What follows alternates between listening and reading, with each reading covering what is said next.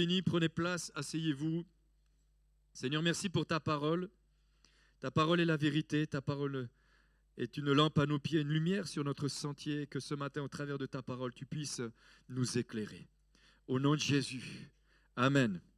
Le thème de mon message, c'est 3 leçons pour vivre le miracle de Dieu, ou 3 leçons, oui, pour vivre le miracle de Dieu.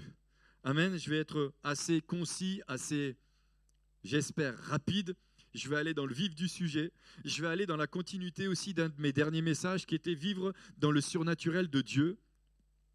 Ça doit être un de mes derniers messages et vous pouvez retrouver ça sur notre chaîne. D'ailleurs, vous pouvez aller les écouter. Vous pouvez aussi écouter les derniers messages qui ont été partagés ces dernières semaines.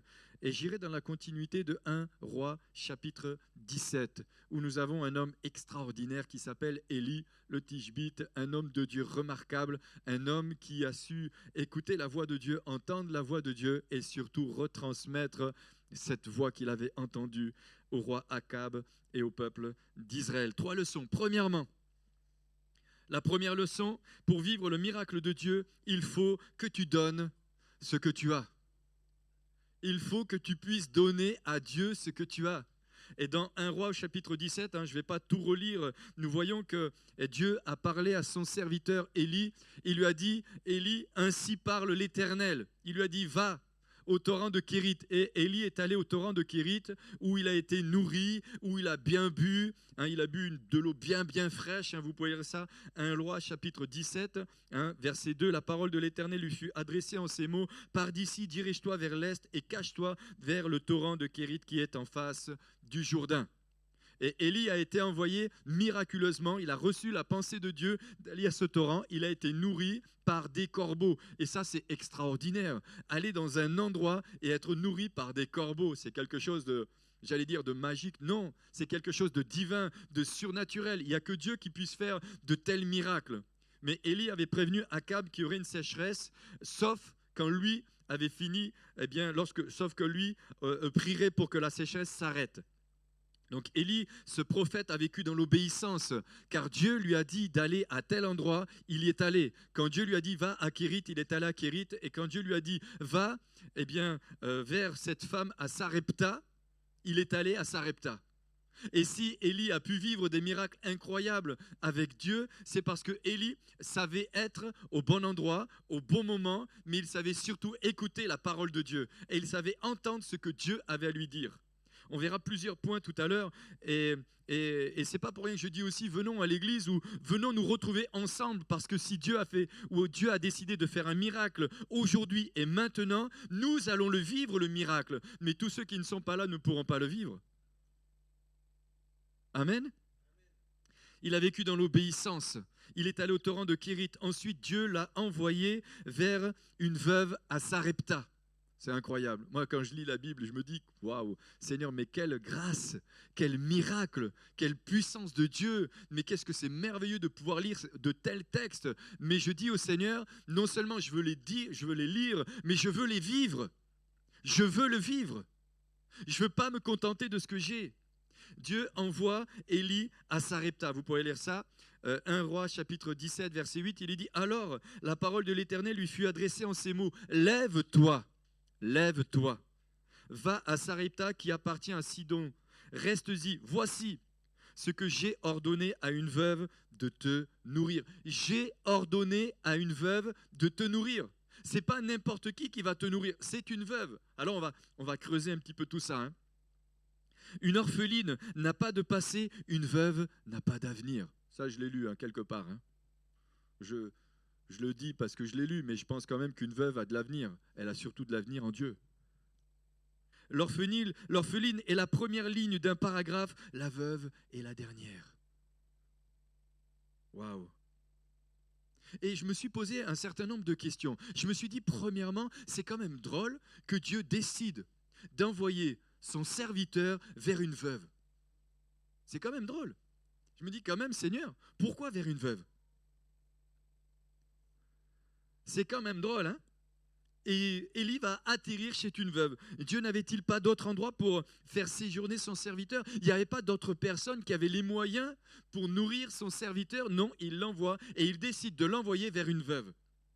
Dieu envoie son serviteur chez une veuve, rien n'arrête Élie. Il fonce. Il sait que Dieu lui a dit d'aller à Sarepta, à tel endroit, et telle personne allait prendre soin de lui et allait le nourrir et allait lui donner ce dont il avait besoin tout le temps de la sécheresse. J'ai envie de dire que Élie est droit dans ses bottes, comme le dit l'expression. Il est droit dans ses bottes. Il va là où Dieu l'envoie. Il fait ce que Dieu lui demande. Et j'aimerais dire que si nous voulons vivre le miracle de Dieu, nous devons apprendre à faire ce que Dieu nous demande de faire. Merci pour le Amen. Nous devons simplement faire ce que Dieu nous demande de faire. Et j'ai remarqué que Dieu ne nous demande pas toujours des choses compliquées. On va le voir par la suite. Dieu parfois nous demande des choses tellement simples, mais nous avons tellement de difficultés à le faire. Des fois, on discute pour tout, surtout moi. Il est droit dans ses bottes. On dirait qu'Élie n'a pas peur de sa réputation. Il n'a pas peur. Vous imaginez la réputation? Comment cet homme de Dieu, va-t-il chez cette personne veuve? Qu'est-ce qui s'y passe? Qu'est-ce qui s'y passe la nuit? Qu'est-ce qui s'y passe le jour? N'est-il pas un profiteur? Non. C'est Dieu qui l'a envoyé. C'est Dieu qui l'envoie. Alors j'avance. Élie n'a pas peur non plus que les gens jasent sur son compte. Je peux redire ça? Il n'a pas peur. Élie n'a pas peur que les gens jasent sur son compte. Alors, j'ai été voir un petit peu la définition. Ça va, vous êtes là ce matin quand même? Hein? Oh, ça va, hein? Ok. Jaser, petite définition. Bavarder sans fin pour dire des futilités ou des indiscrétions ou médire. T'as vu cet homme? Il se dit homme de Dieu et il va chez une petite veuve qui n'a rien, qui n'a pas d'argent, qui n'a pas de sous. Quand même, c'est un profiteur celui-là. Enfin, j'imagine, hein, j'extrapole peut-être. Hein. Peut-être qu'à cette époque, on disait jamais rien sur personne. Hein. Ils sont toujours à jaser. On a jasé sur ses fréquentations. Non, mais tu as vu quand même les fréquentations qu'il a celui-là. Et alors celle-là, je t'en parle pas. Alors, sans parler de sa tenue quand elle vient au culte le dimanche. Non, c'est... Comment un serviteur de Dieu peut vivre chez une veuve, chez une femme? Quel genre d'homme est Élie? Tout simplement un homme qui a écouté, qui a entendu la parole de Dieu et à qui on a dit « va à tel endroit, dans tel lieu ». J'avance. Aujourd'hui, moi premier, hein, je déconseillerais d'aller vivre chez quelqu'un qui est seul, particulièrement une femme. Non, il n'y a pas d'amen. Un célibataire, je lui dirais pas « va vivre chez telle femme ». Voilà, parce que pour moi, il y a des choses qui ne se font pas. Il y a une certaine manière de vivre, il y a une certaine éducation à avoir. Je vous sens, je ne vois pas bien ce matin.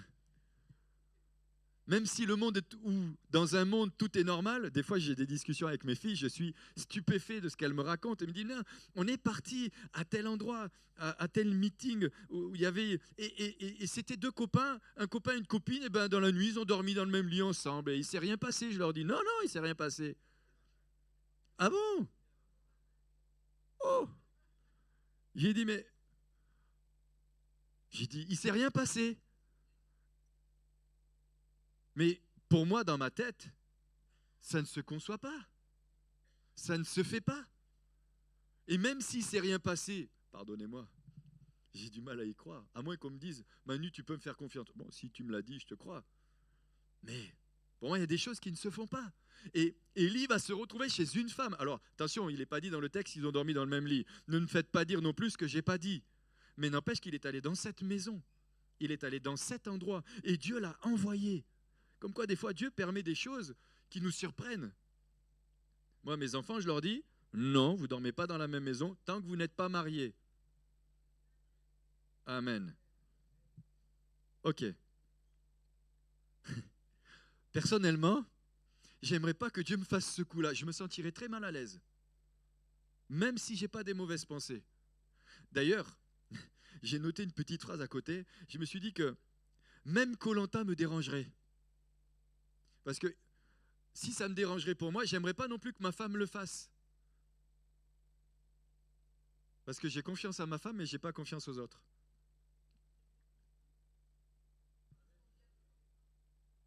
Ça va? Ouais, je sais, ce matin, peut-être je vous bouscule un petit peu. Mais n'empêche que Dieu envoie Élie chez elle. Je me dis, mais Seigneur, tu n'avais pas quand même autre chose à lui préparer? Tu n'avais pas quelque chose de mieux? Peut-être un couple, je sais pas moi, des gens qui ont beaucoup d'argent, qui vivent bien. Non, chez une veuve. Ok, mais Dieu avait un plan. Et Dieu savait pourquoi il permettait ça. Et il y a des moments où Dieu nous permettra de vivre certaines choses. Parce que peut-être il veut casser aussi des faux raisonnements. Il veut casser des conceptions qui ne sont pas justes. Peut-être qu'il veut casser des forteresses qui sont aussi dans nos pensées.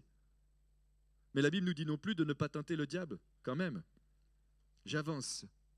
Élie n'a pas peur d'être traité non plus de profiteur et de manipulateur. Un homme de Dieu tel que lui profiterait-il d'une femme sans ressources? Parce que je n'ai pas lu le texte cette fois-ci, mais je l'ai lu la dernière fois, et vous pourrez le relire. Mais quand nous lisons ce texte, nous nous rendons compte que cette femme n'a plus rien. Il lui reste juste un petit peu de farine et un petit peu d'huile. Pas grand-chose. Elle dira, je vais le faire, et après, nous mourrons. C'est dire l'état de pauvreté dans lequel cette femme-là était. Aujourd'hui, cela s'appellerait peut-être de l'abus de faiblesse. Alors je suis allé voir ce que c'était que l'abus de faiblesse. Et oui, c'est quand même un homme de Dieu, c'est aussi un homme qui se retrouve chez une femme dans une position de faiblesse, qui est veuve, qui est seule, qui a juste un fils. Alors l'abus de faiblesse, je suis allé voir, l'abus de faiblesse est le fait d'abuser d'une personne en profitant de son ignorance ou de sa faiblesse physique et mentale. Je dis simplement pourquoi je dis ça, c'est que lorsqu'il arrive à Sarepta, au verset 10, il est dit, il se leva et s'en alla à Sarepta. Comme il arrivait à l'entrée de la ville, voici qu'il y avait là une veuve qui ramassait du bois. Il l'appela et dit, va me chercher, je te prie, un peu d'eau dans un récipient afin que je boive. Elle alla en chercher. Il l'appela de nouveau et dit, va me chercher, je te prie, un morceau de pain dans ta main. Élie répondit, l'Éternel ton Dieu est vivant, je n'ai rien de cuit, je n'ai qu'une poignée de farine dans un pot et un peu d'huile dans une cruche. Me voici en train de ramasser 2 morceaux de bois, puis je rentrerai et je préparerai cela pour moi et pour mon fils. Nous mangerons, après quoi nous mourrons. C'est dire l'état de désespoir dans lequel cette personne se trouvait. Et Dieu envoie son serviteur dans sa maison. Quelle que soit la situation dans laquelle nous nous trouvons, il y a toujours une solution. Et Dieu peut utiliser un serviteur pour qu'il puisse venir dans ta propre maison pour que tu sois béni et que la bénédiction vienne et descende. Alléluia. Il y a abus de faiblesse quand une personne profite de la vulnérabilité d'une autre pour conduire à faire un acte contraire à son intérêt. Avait-elle véritablement envie de donner cette huile et cette farine? Elle l'a fait, elle a obéi. J'ai noté dans mon message, l'a-t-elle fait avec foi? Je ne suis pas convaincu. La preuve, c'est qu'on verra qu'à la fin, lorsque son propre fils est revenu à la vie, c'est seulement là qu'elle a reconnu que dans la bouche de son serviteur, il y avait la vie. Il y avait la puissance de Dieu, mais pas au début. Elle était complètement aveuglée. L'auteur de l'infraction a connaissance de l'état de faiblesse et de l'ignorance de sa victime. La vulnérabilité peut être due à son âge, sa maladie, son handicap physique ou mental. La victime peut être, par exemple, un mineur, une personne âgée ou handicapée, une femme enceinte. Elle peut être même veuve. Je continue, écoutez bien. L'auteur des faits peut aussi exercer des pressions graves et répétées pour manipuler la victime de manière à fausser son jugement. C'est pourquoi nous, en tant que serviteurs de Dieu, nous devons veiller et faire attention à tout ce que nous faisons. Et à la manière aussi dont nous exerçons le ministère. Nous pouvons dynamiser, mais nous pouvons aussi contrôler. Et en tant que serviteurs de Dieu, nous avons cette responsabilité de veiller à la manière dont nous exerçons le ministère sur les bien-aimés, sur l'Église. Nous pouvons faire des appels d'argent, mais nous pouvons aussi devenir des manipulateurs pour récupérer des biens à des personnes d'une certaine manière qui n'est pas juste. Nous devons toujours veiller. C'est pourquoi la dernière fois, et c'est pour ça que depuis plusieurs années, dans cette Église, nous ne passons plus les corbeilles. Les gens donnent librement les dîmes, les offrandes. Et lorsque nous avons besoin d'envoyer des dons en mission, même la dernière fois, nous n'avons même pas fait passer la corbeille. Et ce dont nous avions besoin a été pourvu parce que le cœur a été touché. Parce que dans l'Église, cette assemblée est une Église qui a un cœur libérateur ou libératrice. Il y a de la libéralité. tout simplement. J'avance encore. Regardez bien. Différence entre l'abus de confiance avec l'abus de confiance. L'abus de faiblesse ne doit pas être assimilé à un abus de confiance. Dans l'abus de confiance, l'auteur des faits détourne les biens ou les fonds de la victime qui lui a accordé sa confiance. Dans l'abus de faiblesse, l'auteur des faits profite de la vulnérabilité de la personne pour conduire à faire ou s'abstenir de faire un acte qui peut lui être préjudiciable. C'est la différence qu'il peut y avoir. J'en viendrai maintenant dans le vif du sujet. Et je l'ai dit tout à l'heure, premièrement, donne ce que tu as. Cette femme veuve a donné ce qu'elle avait. C'est incroyable. Cet homme lui dit, eh bien, donne-moi ce que tu as. Qu'est-ce que tu as? Et je crois que si nous voulons vivre le miracle de Dieu, nous devons apprendre à donner à Dieu ce que nous avons. J'ai bien dit à Dieu. Mais parfois, ça passe au travers des hommes. Mais à Dieu. Et la première question que je pourrais vous poser, voulez-vous véritablement vivre un miracle avec Jésus? Oui, j'en suis sûr. Qu'est-ce que tu peux donner à Jésus? Ou peut-être, qu'est-ce que Jésus t'a demandé de lui donner? Parce que quand j'ai préparé ce message, je sais que Jésus parle. Et je sais que Jésus parle à nos cœurs. Et je sais que Jésus parfois nous demande des choses qui sont pour nous vitales, ou des choses qui sont pour nous tellement chères à nos cœurs. Je me rappellerai toujours ce que Jésus m'a demandé dès que je l'ai rencontré. Des choses qui étaient pour moi toute ma vie, mais qui n'étaient pas indispensables. Parce que lui avait un plan qui n'était pas le même que celui que moi j'avais. J'avance. Donne ce que tu as. Élie n'a pas dépouillé cette femme, mais il lui a permis de vivre un miracle chaque jour, pendant tout le temps de la sécheresse. Et Élie va venir et lui dire, écoute, donne-moi ce que tu as, fais-moi un petit gâteau, et après t'inquiète, ne crains rien, tu ne vas pas mourir. Ne crains rien. Verset 14, il lui dira, verset 13, il dit, et lui dit, sois sans crainte, rentre, fais comme tu l'as dit, seulement prépare-moi d'abord avec cela un petit gâteau, et tu me l'apporteras. Tu en feras ensuite pour toi et pour ton fils. D'abord, c'est pour lui. Ensuite, pour elle et pour son fils. Et il lui dit, car ainsi parle l'Éternel. Déclaration, car ainsi parle l'Éternel, le Dieu d'Israël. Le pot de farine ne s'épuisera pas et la cruche d'huile ne se videra pas jusqu'au jour où l'Éternel enverra la pluie sur la surface du sol. Jusqu'au jour où Dieu enverra la pluie sur la surface du sol. C'est-à-dire que cette femme-là a donné aux serviteurs de l'Éternel ce qu'elle avait, et Dieu a fait un miracle incroyable pendant tout un temps. L'huile et la farine n'est pas descendues dans le pot. Mais elle a donné ce qu'elle avait déjà. Si elle ne l'avait pas donné, elle ne l'aurait pas vécu. Si elle ne l'avait pas donné, elle ne l'aurait pas vécu. Si elle avait dit non, écoute, il ne me reste plus que ça, je mange et je meurs, eh bien c'est trop tard, t'es arrivé trop tard, je ne peux pas, elle n'aurait pas vécu le miracle qu'elle a vécu pendant combien de temps? Il est dit que ça a duré 3 ans la sécheresse. Waouh, c'est quand même incroyable.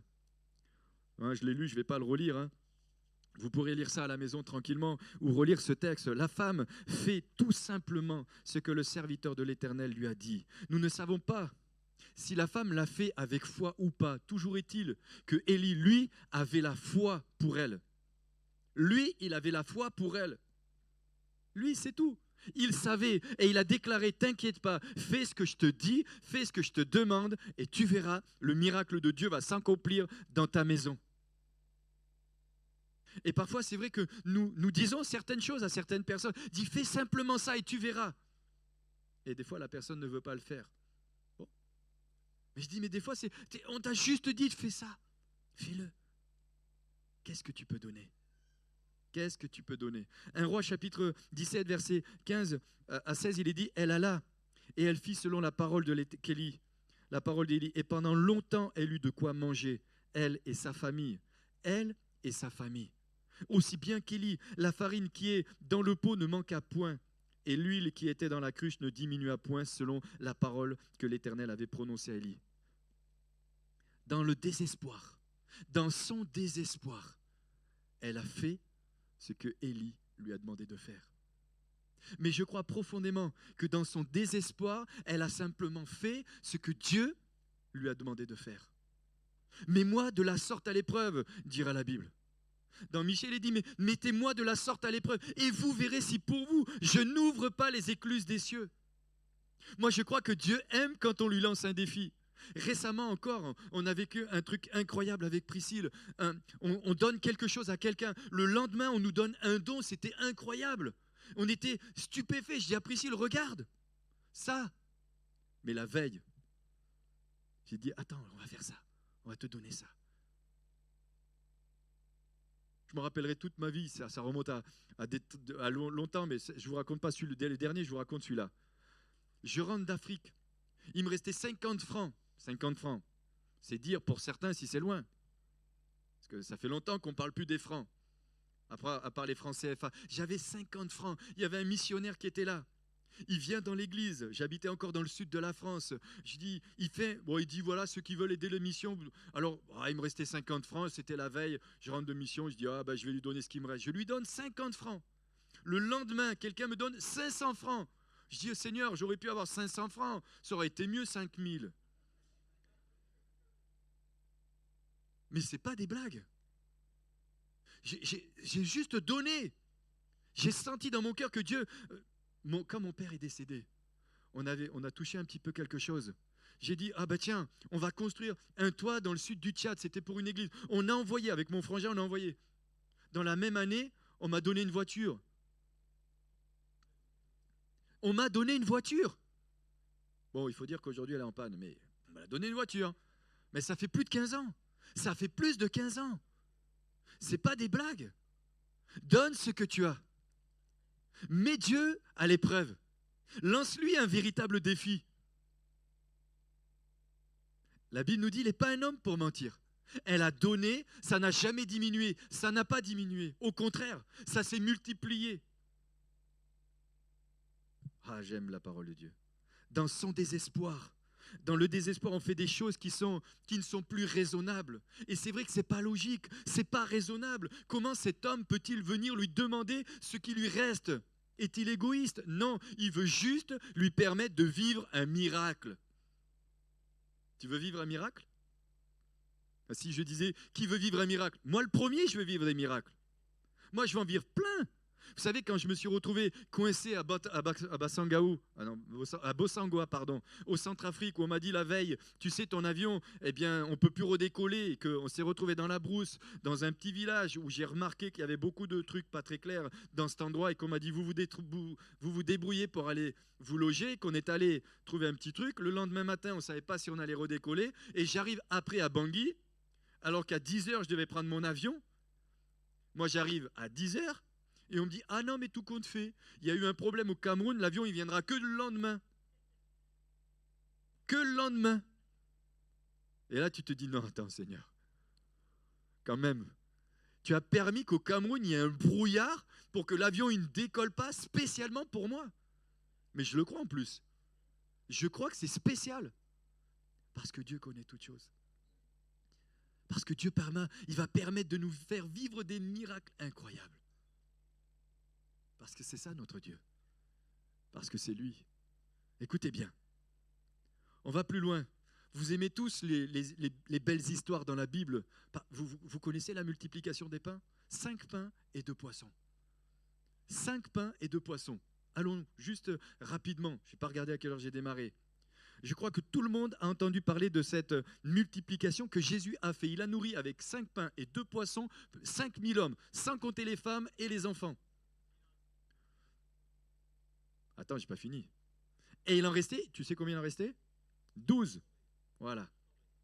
N'empêche que, avec 5 pains et 2 poissons, Jésus, il fait un miracle incroyable. Alors, on ne sait pas si les enfants ou l'enfant étaient d'accord de donner ces 5 pains et ces 2 poissons. Toujours est-il que ils se sont retrouvés dans les mains de Jésus. Si tu as 5 pains et 2 poissons, donne-les à Jésus. T'inquiète pas, il va faire fructifier tout ça. Vas-y.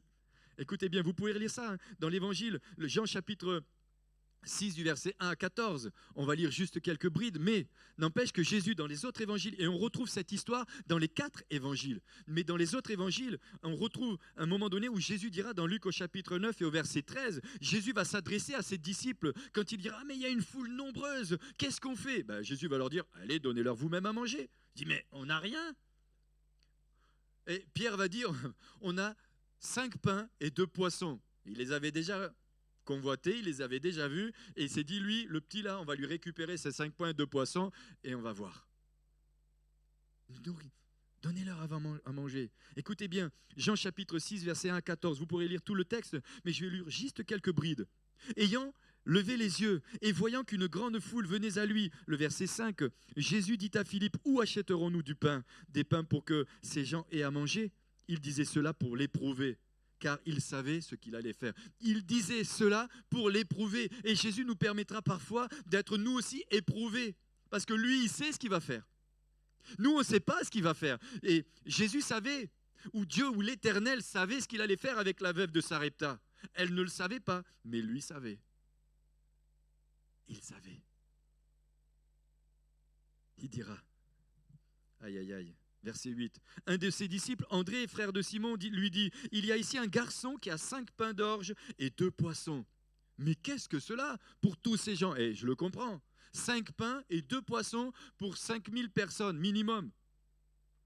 Ça va faire une miette chacun, si on n'a pas la foi. Mais entre les mains de Jésus, ça fait, à la fin, on voit, ils ont tous été rassasiés. Waouh! Vous croyez qu'ils avaient un appétit de moineau? Moi, je ne crois pas. Hein. Ça faisait plusieurs jours qu'ils étaient là, sans manger. Mais ils ont tous été rassasiés. Jésus prit les pains, rendit grâce et les distribua à ceux qui étaient assis. Ce que tu as, donne-le à Jésus et rends grâce.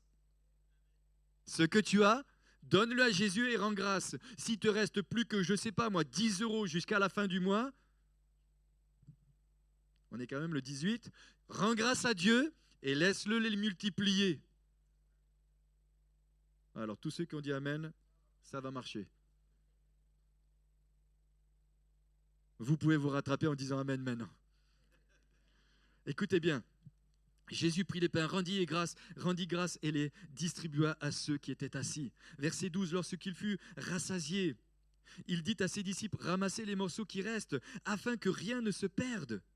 Ils les ramassèrent donc et ils remplirent 12 paniers avec les morceaux qui restaient, des 5 pains d'orge. 12 paniers. Est-ce que vous connaissez la quantité des paniers? Non, moi non plus d'ailleurs. Mais ça peut être des paniers comme ça. Je me rappelle, un jour, j'étais au Tchad, j'avais été enseigné dans le sud du Tchad, j'enseignais sur la prière, et j'avais dit aux étudiants qui étaient là, je leur avais dit, tous ceux qui ont un champ, vous allez aller prier pour la prochaine récolte. Et on a arrêté l'enseignement, ils sont allés prier dans leur champ. Et l'année d'après, au moment de la récolte, c'était Abel Manita m'appelle, il me dit, Manu, cette année, la récolte a été incroyable. Il me dit, par rapport aux autres années, les gens ont eu 20 sacs. Alors, je ne peux pas trouver 20 sacs de récolte, mais c'était sans les épluchures, alors qu'avant, ils avaient moins de sacs avec les épluchures à l'intérieur. C'était 5 fois plus qu'avant. Dieu a honoré leur foi. Donne ce que tu as. Donne ce que tu as. Ces gens, verset 14, ces gens ayant vu le miracle que Jésus avait fait, disaient, celui-ci est vraiment le prophète qui doit venir dans le monde. Mais en même temps, ces gens étaient là pour voir le miracle. Nous aspirons à voir des miracles. Tu veux voir un miracle? Donne ce que tu as. Et assieds-toi tranquille et regarde ce qu'il va faire. Donne. Même si tu ne connais pas Jésus, lance-lui ce défi. Même si peut-être tu es là pour la première fois, ou même si tu es venu quelques fois, tu ne le connais pas encore, lance ce défi. Moi, je te dis que si tu le fais, tu vas voir la gloire de Dieu. Bon, ne demande pas les numéros bien qu'il est capable de le faire. J'avance. Deuxième, encore un autre point. Dans l'évangile de Marc, Jésus observe une pauvre veuve, une petite veuve. On en parle de cette petite veuve. Elle a donné de son nécessaire. Mais Jésus dira, elle a donné plus que tous. Plus. Et je regardais la scène, enfin je relisais cette scène-là. Hein. Donc, elle mettait dans un tronc, regardez bien, Marc chapitre 12, versets 41 à 44. Jésus s'étant assis vis-à-vis du tronc, regardez comment la foule y mettait de l'argent. Plusieurs riches mettaient beaucoup. Je me suis imaginé la scène, moi dans l'église, m'asseoir devant l'espèce de tronc, enfin le tronc qu'on a là-bas, et regarder les gens mettre. Même quand il y a quelqu'un qui met, je tourne la tête comme ça. Mais Jésus, non, il ne fait pas ça. Lui, Jésus, il s'assoit et puis il dit, écoutez les gars, voilà, on va regarder comment les gens mettent. Ah ben tiens, lui, il a mis pas mal, lui. Ah, mais cette petite dame, elle a mis juste de son nécessaire. Ce que j'aime avec Jésus, c'est qu'il ne va pas nous demander beaucoup, mais il va nous demander avec le cœur. Ça ne l'impressionne pas ceux qui donnent beaucoup. Merci pour tous ceux qui donnent beaucoup. Et continuez. Ce qui va l'impressionner, c'est la manière dont nous allons le donner. Ça va l'impressionner. Mais, je disais, et je l'ai noté ça dans mes notes, ce qui va attirer l'attention de Jésus, c'est la manière dont moi, je vais le faire. Et je crois que cette femme, elle a attiré l'attention de l'Éternel. Elle n'avait rien, mais elle a donné à Élie. Elle a nourri son serviteur. Mais parce qu'elle a nourri, elle a été nourrie. Parce qu'elle a donné, elle a reçu. Parce qu'elle a eu, j'ai envie de dire, la foi de le faire, elle a vécu un miracle extraordinaire. Écoutez bien. Cette femme donne de manière à attirer l'attention de Jésus, et si l'attention de Jésus est attirée, le miracle se produit. C'est tout. Bien qu'elle ne sache pas que Jésus est en train de l'observer. Elle ne l'a pas fait non plus parce qu'elle s'est dit, ah tiens, il y a Jésus là-bas. Jésus est par là, hop, tiens, hop, tac. C'est pas ça qu'elle a fait. Elle a fait parce que c'était avec son cœur. Écoutez bien, encore un petit peu plus loin.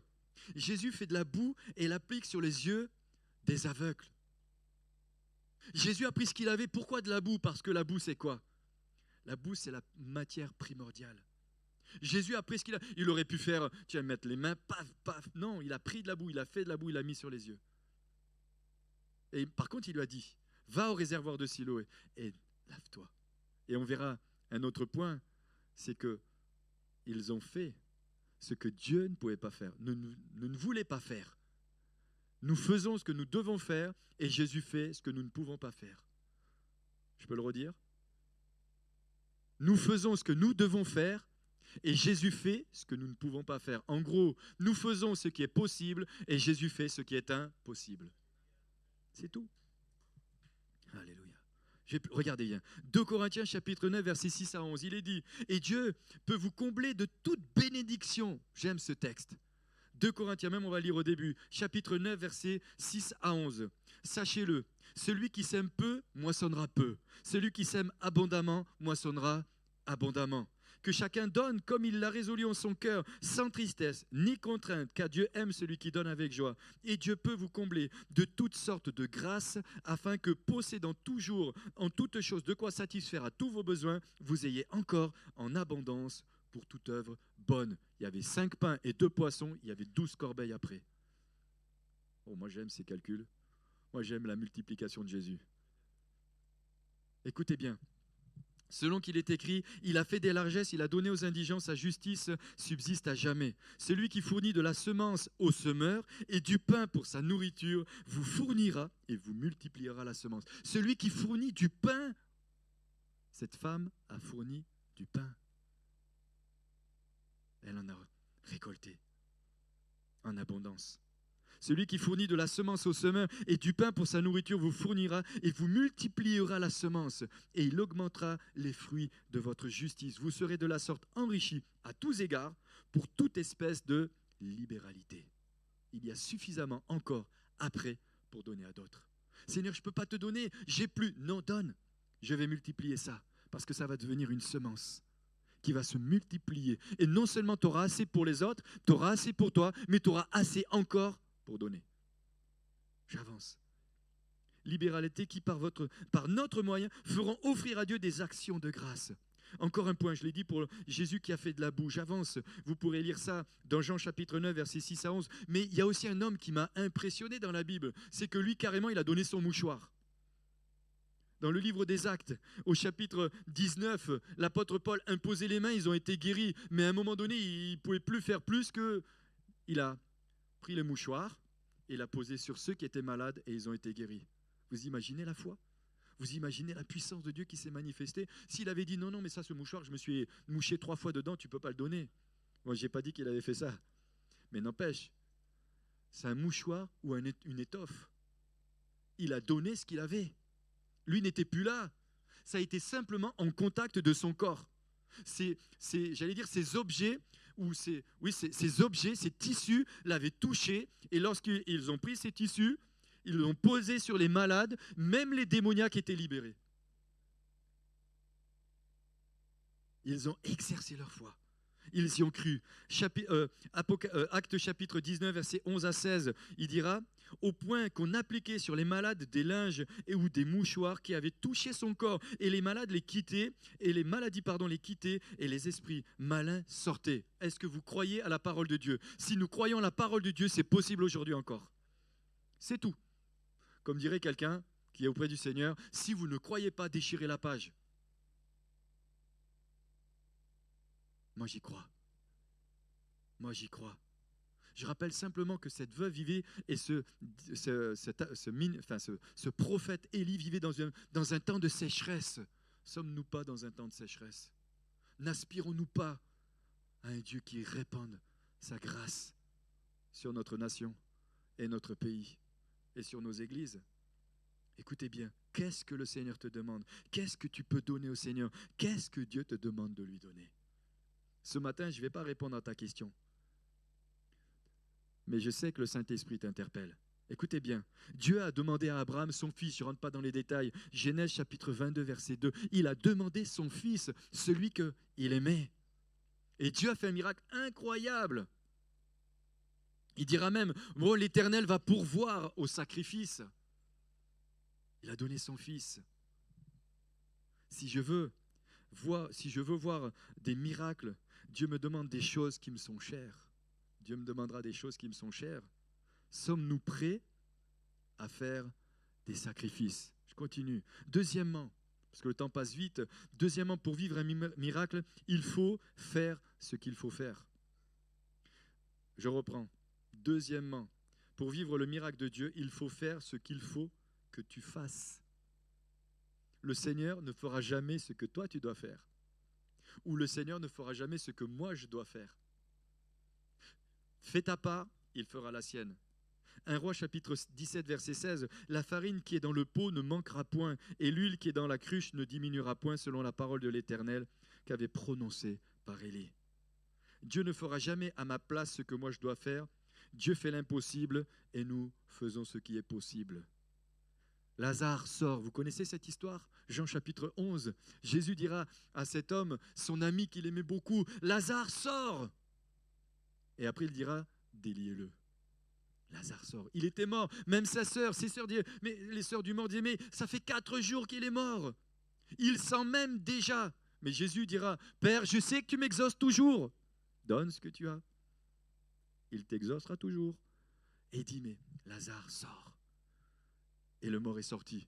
Et il est dit, déliez-le. Regardez, Jean chapitre 11. Je fais assez rapide. Jean chapitre 11, versets 39 à 44. Pour ceux qui prennent des notes, comme ça vous pourrez aller lire. Premièrement, Jésus dira, ôtez la pierre. Il était dans un tombeau. Il dit, ôtez la pierre. Ce n'est pas Jésus, ce n'est pas l'Éternel qui a ôté la pierre. C'est lui qui l'a dit, ôtez la pierre. Enlève ce que tu peux faire et amène à Jésus ce que tu dois faire. Ôtez la pierre. Marthe, la sœur du mort, dit, Seigneur, il sent déjà. Verset 40. Ne t'ai-je pas dit que si tu crois, tu verras la gloire de Dieu? Ne t'ai-je pas dit que si tu crois, tu verras la gloire de Dieu? C'est moi qui te l'ai dit, ce n'est pas quelqu'un d'autre. Écoutez bien. Ils ôtèrent donc la pierre. Ils l'ont fait, hein. Et Jésus leva les yeux en haut et dit, Père, je te rends grâce de ce que tu m'as exaucé. Pour moi, je savais que tu m'exauces toujours. Mais j'ai parlé à cause de la foule qui m'entoure, afin qu'ils croient que c'est toi qui m'as envoyé. Verset 43. Ayant dit cela, il cria d'une voix forte, Lazare, sors. C'est Jésus qui dit ça. Et le mort sortit, les pieds et les mains liés de bandes et le visage enveloppé d'un linceul. Jésus lui dit, déliez-le et laissez-le aller. Jésus a fait le miracle et les disciples ont délié Lazare. J'avance encore. Avance en plein eau. Connaissez cette histoire aussi, toujours dans les évangiles. La Bible nous exhorte à nous emparer de notre héritage. Saisissons ce qui nous appartient. J'avance. Écoutez bien. Dans Josué chapitre 1 verset 3, d'abord il est dit « Tout lieu que foulera la plante de votre pied, je vous le donne. » Tout lieu que foulera la plante de votre pied, je vous le donne. Il dira encore, ce sont les violents qui s'emparent du royaume des cieux. Alors ce n'est pas ceux qui mettent des coups de poing et des coups de pied, non, des violences spirituelles. Parce qu'entre le moment où nous savons que nous recevons ce que nous devons recevoir et le moment où nous le recevons vraiment, il peut y avoir tout un temps qui s'écoule. Abraham, ça a duré 25 ans avant de recevoir la promesse. L'auteur ne dit pas, etc. J'avance. Élie a vécu ce qu'il a vécu parce qu'il faisait toujours ce que Dieu lui commandait. Matthieu chapitre 11, verset 12, il est dit « Depuis le temps de Jean-Baptiste jusqu'à présent, le royaume des cieux est forcé et ce sont les violents qui s'en emparent. » Vous connaissez aussi l'histoire de la pêche miraculeuse. On verra après Avance en plein eau. Mais la pêche miraculeuse, c'est tellement incroyable. Luc chapitre 4, verset 4 à 6. C'est Jésus qui dit à Simon, avance en plein eau et jetez vos filets. Et Simon va dire, mais Jésus, on a déjà fait ça toute la nuit, personne n'est arrivé. Jette ton filet encore. Il jette le filet. Et la pêche est incroyable. Seigneur, ça fait tellement d'années qu'on évangélise dans cet endroit. Mais regarde, on continue. On continue parce qu'on y croit encore. Je me rappelle l'histoire d'un homme. Il a fait un appel à l'église pendant 7 années. Les gens ne venaient pas. 7 ans, il faisait un appel à la conversion dans l'église. 7 ans après, à un moment donné, paf, les gens ont commencé à se convertir. Les âmes ont commencé à venir. L'église a été complètement libérée, transformée, parce que les gens se donnaient à Jésus. J'avance, écoutez bien. Avance en plein eau et jetez vos filets pour pêcher. Verset 6, l'ayant jeté, ils prirent une grande quantité de poissons et leurs filets se rompaient. Nous avons différents cultes. Alors, je l'ai dit tout à l'heure, mais je le dis, d'ici la fin de l'année, nous allons faire différents cultes d'évangélisation. Ne dites pas, vous êtes déjà convertis, c'est bien, mais amenez des personnes qui ne connaissent pas Jésus pour qu'ils puissent rencontrer le Messie, pour qu'ils puissent rencontrer Jésus. Venez rendre témoignage de ce que Jésus a fait dans vos vies. Ils ont besoin d'entendre ce que Jésus a fait pour vous. Bien sûr, il faut aller les chercher dans la rue. Et amen. Et il y a des familles qui sont là. Bien sûr, mais c'est dans nos relations avec ceux que nous côtoyons. Le peuple d'Israël a traversé la mer Rouge. Vous savez pourquoi? Parce qu'ils ont mis le pied dans la mer. Ils n'auraient pas vécu ce miracle s'ils n'avaient pas fait ce qu'ils devaient faire. Le Seigneur a fait souffler un vent toute la nuit. Les murailles se sont mis de l'eau et eux, ils ont marché à sec. Écoutez bien encore. Pierre a marché sur l'eau. Pourquoi il a marché sur l'eau? Parce qu'il a fait ce qu'il fallait qu'il fasse. Il est descendu de la barque et il a cru. C'était dur. Alors oui, on connaît l'histoire. On sait qu'à un moment donné, il a pris panique. Mais n'empêche qu'il a fait ce qu'il fallait qu'il fasse. C'est tout. D'ailleurs, Jésus lui a tendu la main au moment donné où il s'est senti tellement fragilisé. Et on peut donner des choses à Jésus et se sentir déstabilisé, se sentir déboussolé, se sentir faiblir et faillir. Mais Jésus te tendra toujours la main. Toujours. Matthieu chapitre 14, 28 à 33, Pierre dira, si c'est toi, ordonne que je vienne. Viens. Pierre sortit de la barque et marcha sur les eaux. Et là, c'est incroyable comme miracle. On a tous envie de marcher sur l'eau, mais parfois on n'a pas envie de sortir de la barque. On est dans des paradoxes. On veut vivre les miracles incroyables, mais on a peur de sortir de la barque, parce qu'on se dit si jamais ça ne marche pas. Bon, à la limite, ce que tu peux faire, prends toujours un gilet de sauvetage, au cas où. Au cas où. Seigneur, ta grâce. Vous savez, j'aime bien parler de ma petite Salomé parce que... Enfin, ma petite Salomé. Donc, elle est grande maintenant, il faut... Ma grande Salomé, n'empêche qu'en 5-7, il a fallu prendre une décision. Elle s'est retrouvée à Belgique, elle a dû prendre l'avion, le train, sans jamais l'avoir pris toute seule. Mais n'empêche que, aujourd'hui, je bénis le Seigneur pour ce que Dieu a fait. Je bénis le Seigneur pour ce que Dieu a fait. Alors c'est vrai qu'elle nous manque, je l'avoue. Hier, j'ai vu une petite vidéo, il y avait... Surtout qu'en ce moment je suis concerné, il y avait une petite vidéo, il y avait un jeune homme qui était à genoux devant une jeune fille et puis il était en train de la demander en mariage et derrière il y avait une grande pancarte d'un homme qui était sur un mur, il est dit « Dis non, reste avec papa ». Et là, je m'y suis tout à fait retrouvé. Dis non, reste avec papa. Aïe, aïe, aïe. N'empêche que, tac, il a fallu prendre une décision rapide. Je lui dis, vas-y, fonce, fais-le. Si Dieu t'ouvre une porte de cette façon, fais-le. C'est lui qui te demande d'aller. C'est lui qui te demande de faire un pas de foi. C'est lui qui fait les choses. Et vous savez, parfois, il vaut mieux faire ce qu'on doit faire au moment T, à l'instant T, plutôt que de se dire, si j'avais su, je l'aurais fait. Parce qu'après, c'est trop tard. Je disais récemment, c'était mon frangin, je dis, tu sais, moi parfois j'ai des regrets sur certaines choses.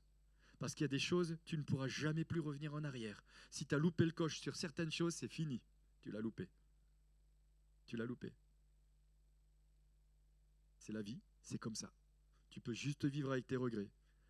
Ou tu les rejettes, ou tu t'en rappelles, ou alors tu les utilises pour dire aux autres, ne fais pas la même bêtise que moi. Et là, c'est là qu'on nous dit, oui, mais toi, tu es un petit peu vieux maintenant. Je leur dis, non, j'ai de l'expérience, c'est tout. C'est la différence. Et aujourd'hui, nous aussi, on commence à avoir de la bouteille. On commence à avoir de l'expérience. Donc, donne maintenant ce que tu dois donner. Et ne te dis pas, j'aurais dû le faire. Parce que lorsque nous, on te dit, on a vécu un miracle incroyable, c'est nous qui l'avons vécu. Et toi, tu dis, purée, si j'avais su, je l'aurais vécu aussi. Allez, j'avance encore. J'ai presque fini.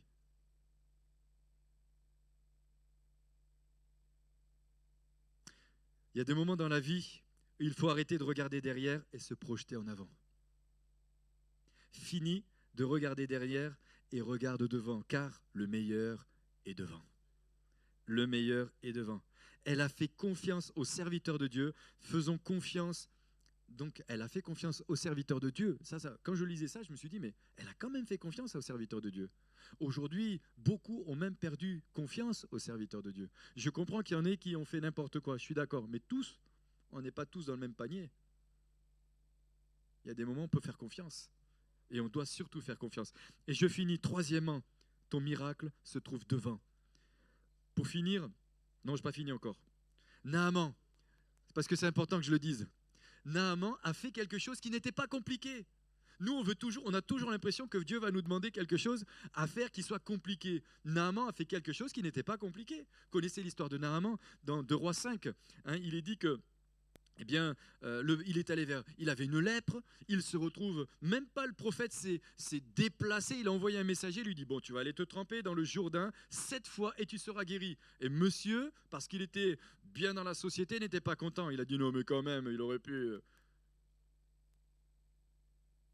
Et l'autre, un de ses serviteurs va lui dire, mais il t'a demandé quelque chose de compliqué? Non, ben fais-le.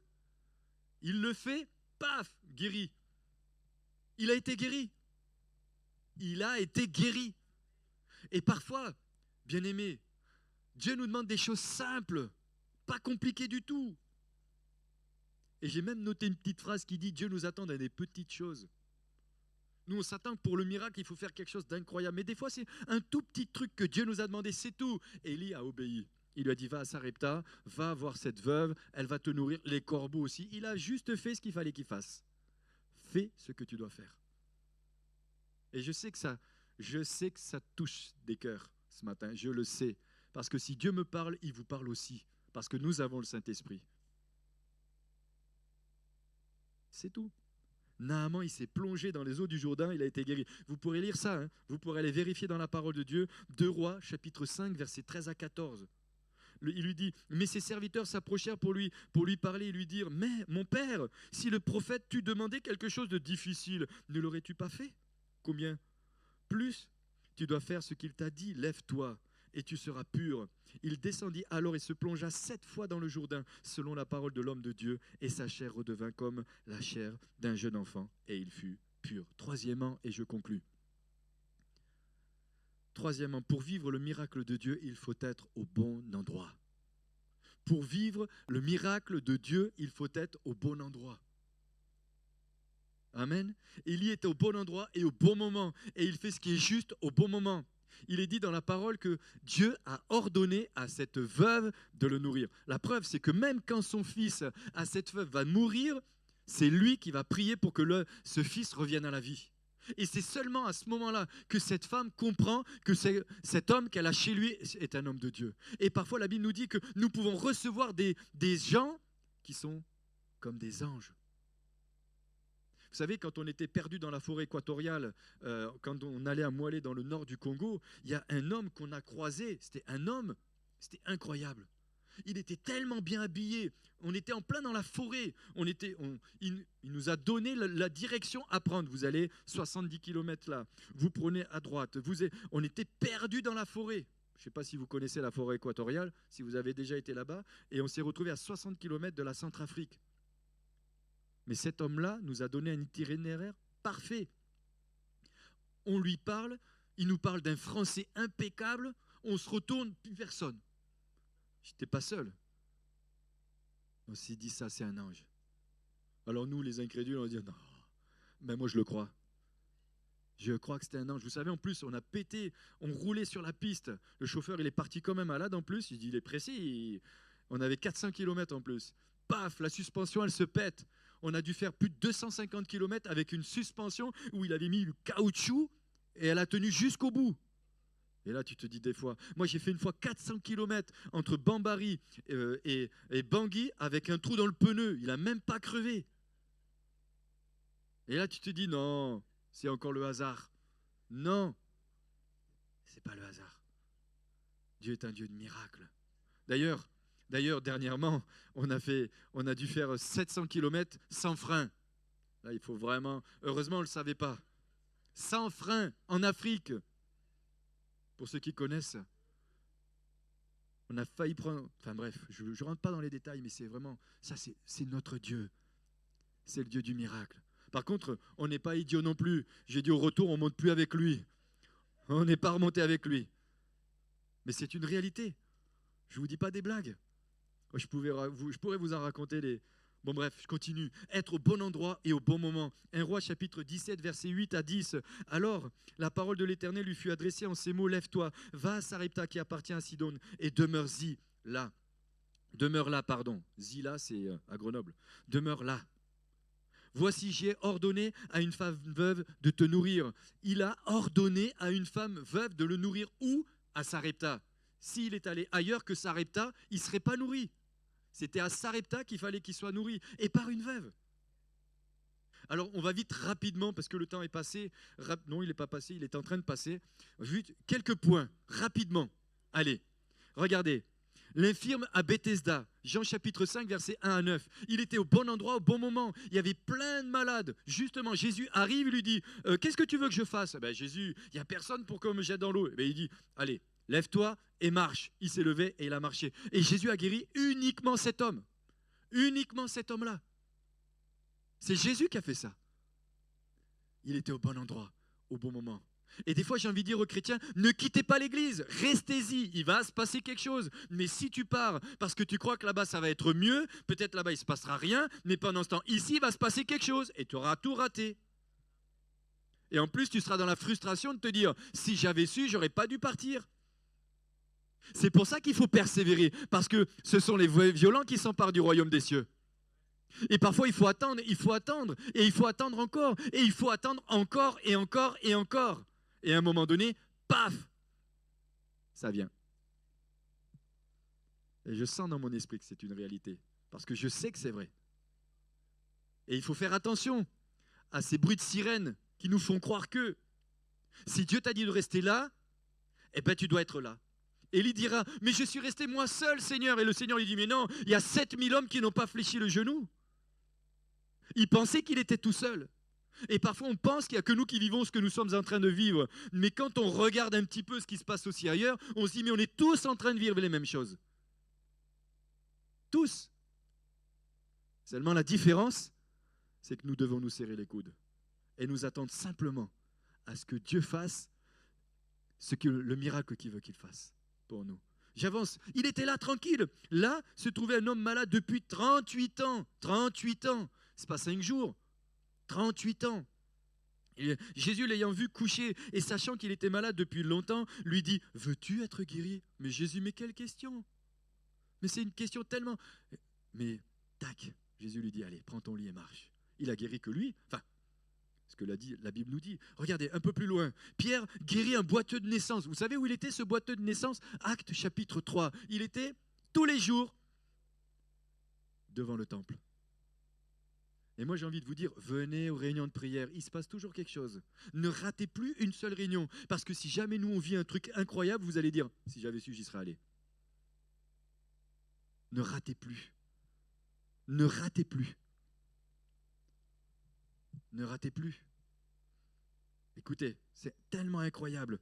Actes chapitre 3, versets 1 à 10, Pierre et Jean montaient ensemble au temple à l'heure de la prière. C'était la 9e heure. Il y eut un homme boiteux de naissance. Plus loin, Pierre dira, je n'ai ni argent ni or, mais ce que j'ai, je te le donne. Au nom de Jésus-Christ de Nazareth, lève-toi et marche. Et le prenant par la main droite, il le fit lever. Au même instant, ses pieds et ses chevilles devinrent fermes. D'un saut, il fut debout et il se mit à marcher. Il entra avec eux dans le temple, marchant, sautant et louant Dieu. Tout le monde le vit marcher et sautant et louant Dieu. Tout le monde l'a vu. Tous. Ben oui, ils étaient où? Ils étaient dans le temple. Ils l'ont vu. Ils l'ont vu. Ils se sont réjouis. Alléluia. Le miracle de Dieu s'est accompli pour cet homme au travers du serviteur de Dieu. Il se trouvait devant le temple à l'heure de la prière.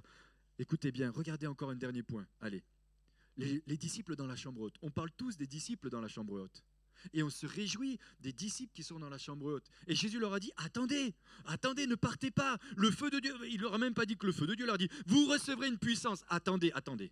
Restez à Jérusalem. Ils ont attendu et ils ont vu un miracle. D'accord? Ils ont été remplis du Saint-Esprit. Alors ceux qui étaient dans la chambre haute ont vécu un miracle incroyable, mais vous savez aussi que tous les Juifs, les Grecs, tous ceux qui étaient dans la ville l'ont vu aussi. Mais tous n'ont pas perçu le miracle de la même façon. Certains ont dit qu'ils étaient pleins de vin nouveau, et d'autres ont dit non, c'est le Saint-Esprit. C'est le Saint-Esprit. Mais ils étaient tous au bon endroit, au bon moment. Ils étaient à Jérusalem. Ils étaient à Jérusalem. Ne nous trompons pas de ville. Faisons ce que le Seigneur veut que nous fassions. Je saute, vous pourrez lire ça dans Actes chapitre 2, versets 1 et 13. Pendant que j'invite les musiciens à me rejoindre, j'en prendrai encore 2 autres exemples. Les disciples à Éphèse, ils étaient 12. 12 disciples à Éphèse. L'apôtre Paul vient et il dit, mais voilà, parce que l'apôtre Paul se déplaçait où il y avait des foules, mais là où il n'y avait personne. Et encore, j'aurais pu vous parler aussi de Philippe l'évangéliste, quand il a rencontré cet Éthiopien qu'il a baptisé aussi. J'avance, hein. Acte 19, verset 1 à 7, il dit, Paul, après avoir parcouru la haute province d'Asie, arriva à Éphèse. Et il va leur poser une question, avez-vous reçu le Saint-Esprit quand vous avez cru? Ils lui répondirent, nous n'avons même pas entendu parler du Saint-Esprit. Plus loin, il est dit, sur ces paroles, il fut baptisé au nom du Seigneur Jésus. Paul dit, Jean a baptisé, etc. Sur ces paroles, il fut baptisé au nom du Seigneur Jésus. Lorsque Paul leur eut imposé les mains, le Saint-Esprit vint sur eux et ils parlèrent et ils prophétisèrent. Ils étaient au bon endroit et au bon moment. Et quand le serviteur de Dieu est venu, la puissance de Dieu s'est manifestée. Et lorsque nous avons des rencontres spéciales, n'hésitez pas à venir. Il se passe des choses. Parce que le miracle de Dieu est aussi pour vous. Il est aussi pour vous. Les disciples, vous savez, j'aime aussi beaucoup les disciples dans la tempête. On parle beaucoup des disciples. Mais n'empêche que nous ne voulons pas vivre les tempêtes comme les disciples. Mais les disciples ont vécu une tempête incroyable, mais eux, ils ont vécu un miracle. C'est qu'ils ont vu Jésus tout arrêter. Et là, des fois, je me dis, Seigneur. Et nous, quand on a des tempêtes, on se dit, Seigneur, arrête tout. Mais dans nos tempêtes, le miracle de Dieu se manifeste. Le surnaturel de Dieu se manifeste. En conclusion, parce que je voudrais conclure quand même ce matin, je ne pense pas avoir été long. Donne à Jésus. Est-ce qu'on peut se lever un instant? Donne ce que tu as. Donne ce que tu dois donner à Jésus. Fais ce que tu dois faire et sois là où tu dois être. Donne ce que tu dois donner à Jésus. Fais ce que tu dois faire et sois où tu dois être. Et le miracle de Dieu s'accomplira en toi et au travers de toi. Et quand je faisais ma conclusion, il m'est venu ce passage dans les Proverbes où il était écrit « Mon fils, donne-moi ton cœur. Donne-moi ton cœur. Mon fils, ma fille, donne-moi ton cœur. » Si tu veux vivre le miracle de Dieu, donne ton cœur à Jésus. Pas simplement ceux qui ne connaissent pas Jésus, mais ceux aussi qui le connaissent et qui marchent avec lui. Et j'ai reçu une parole que je vais vous partager. Ça s'adresse certainement à plusieurs personnes. Et le Seigneur dit à quelqu'un, tu sens dans ta vie, tu sens un blocage dans ta vie. Mais le Seigneur te demande de t'engager et d'arrêter de négocier avec lui. Le Seigneur te dit, oui, tu sens ce blocage et c'est une réalité. Il y a ce blocage. Mais le Seigneur te dit, je te demande de t'engager. Mais je te demande aussi d'arrêter de négocier avec moi. Est-ce qu'on est prêt? Est-ce qu'on est prêt? Est-ce qu'on est prêt ce matin encore de donner à Jésus ce qu'il nous demande? Est-ce qu'on est prêt à rectifier ce qu'il nous demande de rectifier? Est-ce qu'on est prêt? Seigneur, étends ta main ce matin. Est-ce qu'on peut fermer nos yeux, prier un instant?